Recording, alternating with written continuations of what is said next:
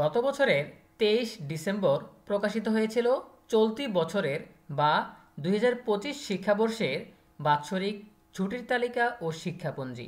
এখানে আমরা দেখতে পেয়েছি যে পবিত্র রমজান এবং ঈদ উপলক্ষে লম্বা একটা ছুটি রয়েছে প্রায় 40 দিনের।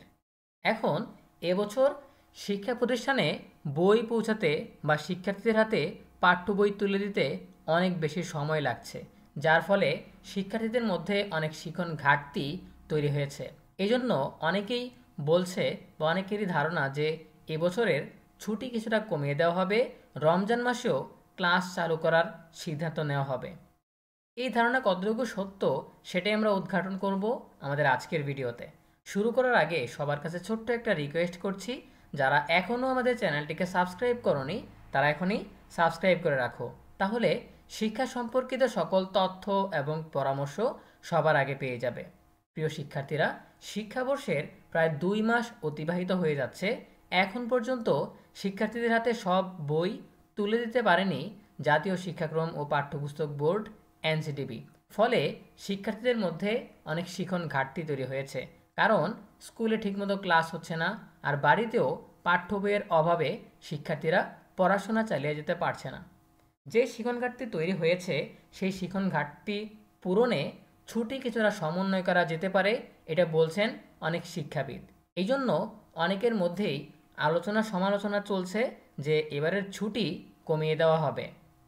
এখন যেই আলোচনা সমালোচনা চলছে সেটা কতটুকু সত্য সেটাই আমরা উদ্ঘাটন করব, বা এ বিষয়ে সর্বশেষ তথ্য তোমাদের সামনে উপস্থাপন করব।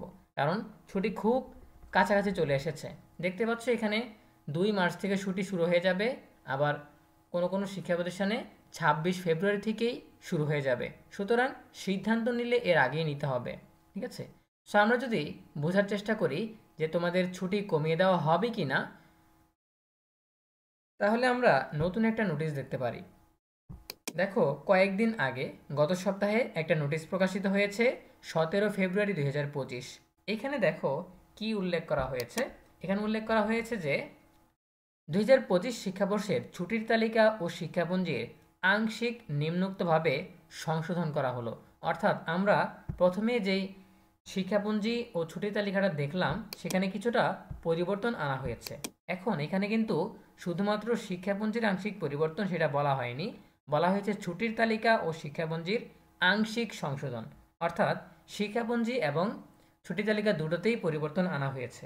এখন পরিবর্তন দেখার জন্য আমরা যদি একটু নিচে স্ক্রল করি তাহলে কিন্তু আমরা দেখতে পাবো শুধুমাত্র আমাদের শিক্ষাপঞ্জিতেই পরিবর্তন এসেছে, ছুটির তালিকায় কোনো পরিবর্তন আসেনি।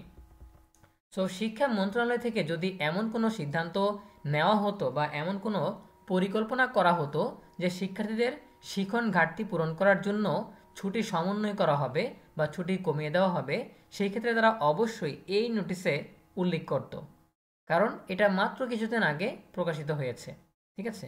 সো এরকম কোনো প্ল্যান যদি থাকতো তাহলে অবশ্যই এই নোটিশে এখানে উল্লেখ করা থাকতো যে ছুটি কমানো হবে বা নতুন ছুটির তালিকা এখানে উপস্থাপন করা হতো, কিন্তু এরকম কোনো কিছু আমরা দেখতে পাইনি। সুতরাং যেটা বলা হচ্ছে, শিক্ষাবিদরা যেই পরামর্শ দিচ্ছেন যে ছুটি সমন্বয় করা যেতে পারে সেটা অবশ্যই সঠিক, কিন্তু ছুটি সমন্বয় করা হবে বা ছুটি কমিয়ে দেওয়া হবে এরকম কোনো সিদ্ধান্ত হয়নি, এরকম কোনো পরিকল্পনা নেয়নি শিক্ষা মন্ত্রণালয়, ঠিক আছে? সো এটুকু নিশ্চিত থাকতে পারো যে তোমাদের ছুটির তালিকা অনুযায়ী যতদিন শিক্ষা প্রতিষ্ঠান ছুটি থাকার কথা ততদিন ছুটি থাকবে। এখানে আমরা আলাদা একটা ভিডিওতে 2-1 দিন আগে জানিয়ে দিয়েছিলাম যে রমজানের ছুটি কবে শুরু হবে, প্রাথমিকে কবে, হাই স্কুলে কবে, কলেজে কবে, কবে শুরু হবে, কবে শেষ হবে, কোন শিক্ষা প্রতিষ্ঠানে কতদিন ছুটি থাকবে, সেটা নিয়ে আমাদের বিস্তারিত ভিডিও আছে, সেটা দেখে নিলেই তোমরা বিস্তারিত জানতে পারবে। সো এখন আমরা যেটা জানলাম সেটা হচ্ছে তোমাদের ছুটি কমানোর কোনো সম্ভাবনা নেই, এরকম কোনো পরিকল্পনা নেই, এই বিষয়ে নিশ্চিন্ত থাকো। সো দেখা হবে পরবর্তী আপডেট নিয়ে নতুন কোনো ভিডিওতে। সেই পর্যন্ত তোমরা সবাই ভালো থাকো, সুস্থ থাকো, নিরাপদে থাকো এবং সবসময় ইএনইউবির সাথেই থাকো। তোমাদের সকলের জন্য রইল অনেক অনেক শুভকামনা। ধন্যবাদ সবাইকে।